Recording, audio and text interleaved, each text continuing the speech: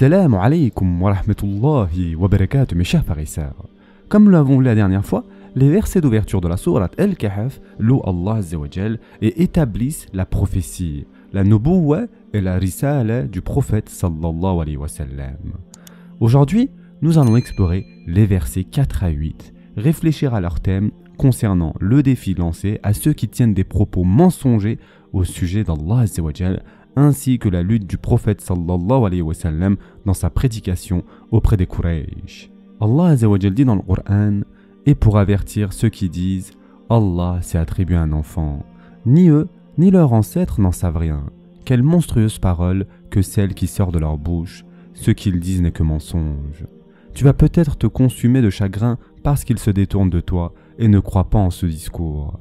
Nous avons placé ce qu'il y a sur la terre pour l'embellir, afin d'éprouver les hommes et afin de savoir qui d'entre eux sont les meilleurs dans leurs actions. Puis, nous allons sûrement transformer sa surface en un sol aride. Sourate Al-Kahf, versets 4 à 8. Mes chers frères et sœurs en islam, les versets 4 et 5 mentionnent l'un des objectifs principaux du Coran, qui est de rejeter les fausses accusations concernant Allah Azza wa Jal et affirmer ce que nous devons croire à son sujet. Nous n'avons aucune connaissance d'Allah Azza wa Jal si ce n'est par le Coran. Ici, Allah subhanahu wa ta'ala critique quiconque affirme qu'il a un enfant. Ces versets ont été révélés à la Mecque où il n'y a ni chrétiens ni juifs, donc les destinataires étaient les Quraysh eux-mêmes. Le mot arabe walad, utilisé dans le verset 4, peut signifier aussi bien fils que enfant. Tandis que les chrétiens affirment qu'Allah Azza wa Jal a un fils, les Quraysh prétendaient qu'il avait aussi des filles. Ici, Allah Azza wa Jal met en garde contre de telles affirmations en établissant leur fausseté. Lorsque l'on demandait aux Quraysh d'où provenaient de telles affirmations, ils répondaient que cela leur avait été transmis par leurs ancêtres, que cela faisait partie de leur culture et de leur tradition. Dans le verset 5, Allah Azza wa Jal dit qu'eux et leurs ancêtres n'en avaient aucune connaissance. Ces versets établissent que l'un des plus grands péchés en islam est de parler au sujet d'Allah Azza wa Jal et de sa religion, l'islam, sans aucune connaissance. Ici, Allah subhanahu wa ta'ala défie ceux qui profèrent des mensonges à son sujet. Le Coran nous enseigne que Shaitan nous pousse à associer des partenaires à Allah Azza wa Jal. Et l'un de ses stratagèmes est de parler d'Allah sans savoir. C'est là en effet un de nos plus grands défis. Il n'est pas possible de s'éloigner de la vérité sauf si l'on ment à propos d'Allah Azza wa Jal et de l'islam, si l'on déforme le vrai tawhid, c'est-à-dire l'unicité d'Allah Azza wa Jal, ou la véritable risala, c'est-à-dire la mission du prophète sallallahu alayhi wa sallam. C'est Shaitan donc qui pousse au mensonge. Ainsi, toute personne qui parle sans connaissance d'Allah Azza wa Jal et de son messager sallallahu alayhi wa sallam, du Coran ou de l'islam, tient ces fausses informations de Shaitan. Allah Azza wa Jal donc rejette ces fausses affirmations en établissant qu'ils n'ont aucune connaissance, ni eux, ni leurs ancêtres, et que ce qu'ils profèrent est une monstruosité et un mensonge. Mes chers frères et sœurs en islam, aucun être humain n'aime entendre des calomnies sur lui-même. C'est ancré en nous, n'est-ce pas? Nous détestons le mensonge et la fausseté. C'est inscrit et imbibé en nous que, lorsque nous sommes calomniés, nous avons envie de nous défendre. Ce sentiment vient d'Allah subhanahu wa ta'ala. C'est lui qui l'a placé en nous. Et notre prophète, sallallahu alayhi wa sallam, clarifie cela en disant: nul n'est plus patient qu'Allah Azza wa Jal face aux paroles blessantes et vexantes qu'il entend des gens. Il lui attribue des enfants, pourtant il leur accorde santé et subsistance. Si un ennemi mentait sur nous, nous accusait à tort d'un crime, d'un mensonge, pourrions-nous être généreux envers lui? Non, nous ne pourrions pas, n'est-ce pas? Et pourtant, comme l'a dit notre prophète sallallahu alayhi wa sallam, il n'y a pas d'être plus patient et indulgent qu'Allah Azza wa Jal. Même s'il ment à son sujet, le rejette, le nie et lui attribue des enfants, il continue à leur accorder leur subsistance, leur rizq. Il est important de noter ici qu'Allah Azza wa Jal dit que cette horrible affirmation vient de leur bouche, car prétendre qu'Allah Azza wa Jal a un enfant ne peut pas venir de l'intellect, ni de la connaissance, ni du livre révélé. C'est une invention de leur propre bouche, des paroles sans fondement scripturaire ou rationnel. Pour affirmer à quel point leurs propos sont graves, Allah Azza wa Jal conclut le verset 5 en disant que ce qu'ils disent est un mensonge à son sujet et que cela constitue l'un des crimes les plus graves. Le Coran nous dit dans la sourate Maryam que lorsque la création autour de nous, les cieux et la terre et les montagnes, entendent que certains attribuent un enfant à Allah Azza wa Jal, les montagnes veulent s'écrouler face à une telle audace. Et en effet, Allah Azza wa Jal dit dans le Coran, et ils ont dit, le tout miséricordieux s'est attribué un enfant. Vous avancez certes là une chose abominable. Peu s'en faut que les cieux ne s'entrouvent à ces mots, que la terre ne se fende et que les montagnes ne s'écroulent, du fait qu'ils ont attribué un enfant au tout miséricordieux, alors qu'il ne convient nullement au tout miséricordieux d'avoir un enfant. Sourate Maryam, versets 88 à 92. Mes chers frères et sœurs en islam, comment des gens osent-ils affirmer que Ar-Rahman a un enfant? Il n'est ni convenable ni approprié pour Ar-Rahman d'engendrer un enfant. Ainsi, Allah Azza wa Jal établit que l'un des objectifs principaux du Coran est de corriger ce genre de désinformation à son sujet. Les versets 6 et 7 de la sourate Al-Kahf s'adressent ensuite directement au prophète sallallahu alayhi wa sallam. Et en effet, Allah Azza wa Jal dit « Tu vas peut-être te consumer de chagrin parce qu'il se détourne de toi et ne croit pas en ce discours.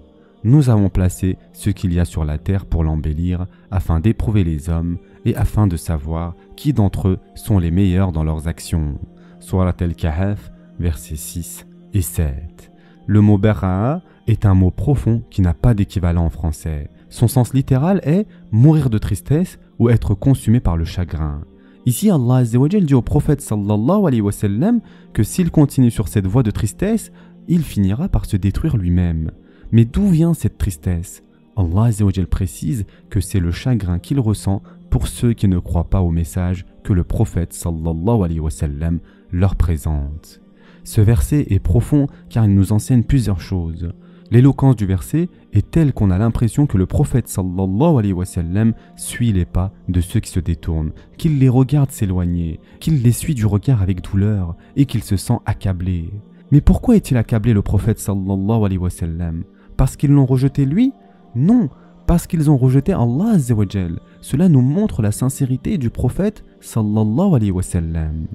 Quand nous prêchons, bien souvent nous le faisons pour flatter notre ego. Et lorsque nous débattons, nous voulons gagner, et non pas que la vérité triomphe. Or, notre prophète sallallahu alayhi wa sallam voulait que la vérité l'emporte, pas lui-même.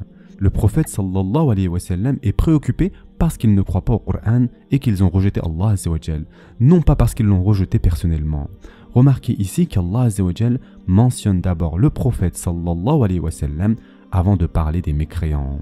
Après avoir établi donc le rôle du Coran, Allah Azza wa Jal ne s'adresse pas à ceux qui l'ont rejeté, mais il s'adresse directement au prophète sallallahu alayhi wa sallam, à la deuxième personne du singulier, l'exhortant à rester calme et le consolant pour qu'il ne se fasse pas de mal. Le fait que notre Seigneur ne s'adresse même pas aux Quraysh pour leur rejet, mais qu'il parle au prophète sallallahu alayhi wa sallam de sa tristesse liée à leur rejet, montre qu'Allah Azza wa Jal se soucie des croyants, pas des dénégateurs. Allah Azza wa Jal prend soin du mu'min, c'est-à-dire du croyant, pas du kafir, c'est-à-dire du mécréant. Ainsi, notre Seigneur se préoccupe de la peine que ressentait le messager sallallahu alayhi wa sallam lorsque les Quraysh le rejetaient, et il le réconforte à plusieurs reprises dans le Coran, au moins une demi-douzaine de fois. Cela montre le maqam, c'est-à-dire le rang du prophète sallallahu alayhi wa sallam, au point que même Allah Azza wa Jal le console. Cela nous montre également qu'Allah Azza wa Jal se soucie infiniment plus de celui qui est sur le droit chemin que de celui qui le rejette. Celui qui le rejette, Allah l'a rejeté aussi. Du fait que notre Seigneur console le messager sallallahu alayhi wa sallam dans sa détresse, cela nous permet de tirer une simple sunna. Lorsque nous trouvons quelqu'un dans une situation difficile, nous devons le consoler et lui apporter des paroles de réconfort. Lorsqu'une musib, c'est-à-dire qu'une épreuve ou une calamité survient, comme la perte d'un proche, des difficultés financières ou toute autre chose qui attriste le cœur, notre prophète sallallahu alayhi wa sallam a institué comme sunna de consoler les personnes touchées et de leur adresser les paroles de réconfort. Lorsque son cousin Ja'far ibn Abi Talib radiallahu an est mort, le prophète sallallahu alayhi wa sallam s'est rendu dans sa maison, a posé sa main sur les enfants orphelins de Ja'far radiallahu an et a fait des invocations pour eux. Il a également loué la patience des épouses de Ja'far radiallahu an. Comme Allah Azza wa Jalla a consolé le prophète sallallahu alayhi wa sallam, de même le prophète sallallahu alayhi wa sallam consolait les sahaba. Et nous aussi, nous devons adresser des paroles de réconfort lorsque nous voyons quelqu'un dans la détresse. Le fait qu'Allah Azza wa Jalla ait utilisé le mot fort « Bari » que Ibn Abbas radiallahu anhu a interprété comme « te tuer par chagrin » en parlant de la douleur du prophète sallallahu alayhi wa sallam envers son peuple reflète l'amour profond qu'il avait pour eux. Pour appeler à l'islam, nous devons avoir donc cet amour sincère pour les gens et désirer qu'ils aiment cette religion, qu'ils aiment Allah subhanahu wa ta'ala, non pas pour flatter notre ego, mais pour l'amour d'Allah azza wa jal. Il ne faut aucun doute que ce désir de guider les autres peut parfois aller à l'extrême, au point que cela nous empêche de vivre normalement. Ainsi, au début de la da'wa du prophète sallallahu alayhi wa sallam, notre Seigneur lui a ordonné de contenir sa tristesse et la consoler. Et en effet, Allah azza wa jal ensuite dit dans les versets 7 et 8 de la sourate Al-Kahf, « Nous avons placé ce qu'il y a sur la terre pour l'embellir, afin d'éprouver les hommes et afin de savoir qui d'entre eux sont les meilleurs dans leurs actions. Puis, nous allons sûrement transformer sa surface en un sol aride. » Ainsi, tout ce qui se trouve sur terre, hommes et femmes, palais, arbres magnifiques, rivières et océans, tout ce que nous voyons est un embellissement de ce bas monde. Cet embellissement n'est pas pour Allah azza wa jal, car il n'a nul besoin de ce monde temporaire. Au contraire, Allah azza wa jal dit au prophète sallallahu alayhi wa sallam que tout cela est une parure destinée à éprouver les gens, afin de voir qui accomplira les meilleures œuvres. Allah azza wa jal ne cherche pas la quantité des actions, mais leur qualité. Un homme peut donner 1 million d'euros et un autre seulement 10 euros, et pourtant il se peut que le million ne vaille rien aux yeux d'Allah azza wa jal, tandis que les 10 euros en voudraient des millions. Ce qui compte vraiment, c'est l'intention et surtout l'intention pure. Pourquoi ce verset apparaît-il ici, juste après celui où Allah azza wa jal console son messager sallallahu alayhi wa sallam? Les savants suggèrent que c'est peut-être parce qu'il est naturel de se demander pourquoi les Quraysh, malgré leur rejet d'Allah azza wa jal, étaient-ils si riches, si puissants et respectés. C'est effectivement le cas à cette époque, alors que les musulmans étaient persécutés et opprimés. Dans ce contexte, Allah azza wa jal informe que toutes leurs parures mondaines ne sont qu'une épreuve pour eux. Le verset 8 ensuite affirme qu'Allah azza wa jal réduira finalement tous leurs privilèges terrestres à néant. Et le verset 7 commence par une forme impliquant « nous avons fait cela », tandis que le verset 8 commence par « nous ferons autre chose », comme une réponse à ce qui a été mentionné dans le verset précédent. Ainsi, le second verset annonce la destruction de la terre et de tout ce qu'elle contient. Il décrit une plaine plate, stérile, sans aucune verdure. Le monde et sa beauté sont donc temporaires et viendra un temps où ils seront remplacés par un autre monde, c'est-à-dire le jour du jugement. Par conséquent, Allah azza wa jal nous enseigne ici de ne pas être trompé ni illusionné par la verdure, la richesse, le pouvoir et tout ce que possèdent les gens de ce bas monde, car la véritable beauté et la vraie richesse se trouveront dans l'au-delà. Ce sera tout pour aujourd'hui. En attendant, prenez soin de vous mes chers frères et sœurs et à très prochainement, Inch'Allah.